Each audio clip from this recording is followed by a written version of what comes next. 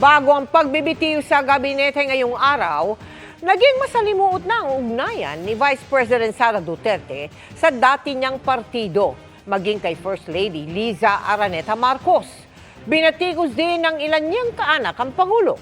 Nakatutok live si Ivan Mayrina. Ivan? Yes, Mel, hindi nagbigay ng dahilan si VP Sara sa kanyang pagbibitiw sa gabinete ng Administrasyong Marcos, pero may ilang mga pangyayari sa mga nakalipas na buwan na nakitaan ng lamat ang relasyon ng Pangulo at ng Bise. Sa larawang ito, unang umugong ang posibilidad ng pagtatambal ng nooy Mayor Sara Duterte at dating Senador Bongbong Marcos para sa eleksyon 2022. Dinaraw noon ni Marcos si Inday Sara para batiin ito sa kanyang kaarawan noong 2021. Halos isang taon makalipas niyan. Ang nabuong tambalan ng tinaguriang Unity Team nanalo noong eleksyon 2022. Si VP Sara Duterte tinanggap ang kanyang appointment bilang Education Secretary kahit nauna niyang sinabi na ang defense portfolio ang kanyang nais.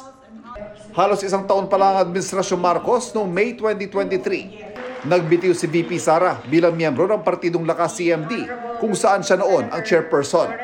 Ito'y pagkatapos ang pagkakademote ng kanyang malapit na kaalyado na si Representative at dating Pangulong Gloria Macapagal Arroyo mula sa pagiging Senior Deputy Speaker sa pagiging Deputy Speaker na lamang. Kasunod yan ang ugong na niluluto umano ni Arroyo na patalsikin bilang House Speaker ang pinsan ni Marcos na si Representative Martin Romualdez, bagay na itinanggi ni Arroyo.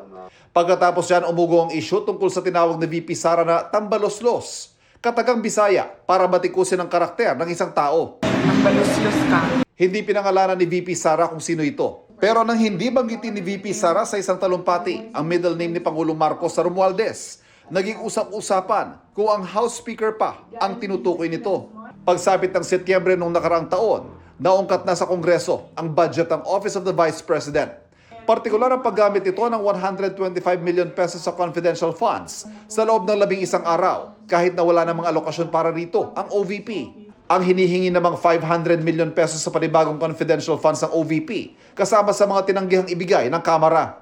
Kung sino man ang kumukontra sa confidential funds ay kumukontra sa kapayapaan, kalaban ng bayan. Pagsapit ng Enero ngayong taon, naging kontrobersyal ang mga naging pahayag ng ama ni VP Sara na si dating Pangulong Duterte laban kay Pangulong Marcos. Si Bongbong Marcos bangag noon, ngayong presidente na bangag natin ang presidente. Ang aligasyong yan, tinawanan lang noon ni Pangulong Marcos. I think it's the fentanyl. Nagpasalamat naman si VP Sara sa tiwala ni Pangulong Marcos at nagsabing hindi naman daw siya sumasang-ayon sa lahat ng pagkakataon sa kanyang pamilya. May respeto ako sa mga pananaw at opinyon ni dating Pangulong Rodrigo Duterte, pati na ng aking mga kapatid. Ngunit katulad ng posisyon ko sa maraming mga issue, hindi kailangan na sumasang-ayon ako sa lahat ng mga ito. Pero ang pangyayaring ito, hindi nagustuhan ni First Lady Liza Marcos. Bad shot na yan sa akin.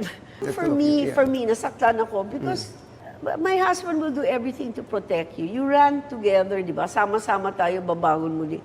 Pupunta ka sa rally, tatawagan yung presidente mong bangag, di ba you're going to laugh? Tama ba yan? Even Lenny never did that. Sadya niyang hindi pinansin si VP Sara sa tarmac nung paalis sila ni Pangulong Marcos patungong Vietnam dahil masama ang kanyang loob dito. Bilang tao, karapatan ni unang ginang Liza Marcos na makaramdam ng sama ng loob at galit. Subalit, ang kanyang personal na damdamin ay walang kinalaman sa aking mandato bilang isang opisyal ng pamahalaan. Kamakailan lang, tinanong si VP Sara kung buo pa ang unit team. Ang kanyang tugon, Ang unit team was the tandem during the 2022 elections and then tandem of Bongbong Sara during the 2022 elections. And then human ang elections, nagdaog namin. Mel, maliban sa anunsyo nagbitiw na nga si VP Sara ay walang ibang detalye binigay ang Presidential Communications Office ukol sa mga napag-usapan ng Pangulo at ng Bise ngayong hapon. Samantala ang Pangulo naman tuloy lang sa kanyang schedule at nakipagpulong sa Private Sector Advisory Council. Mula sa Palasyo ng Malacanang para sa GMA Integrated News, Ivan Mayrina, nakatutok 24 oras. Balik sa iyo, Mel. Maraming salamat sa iyo, Ivan Mayrina.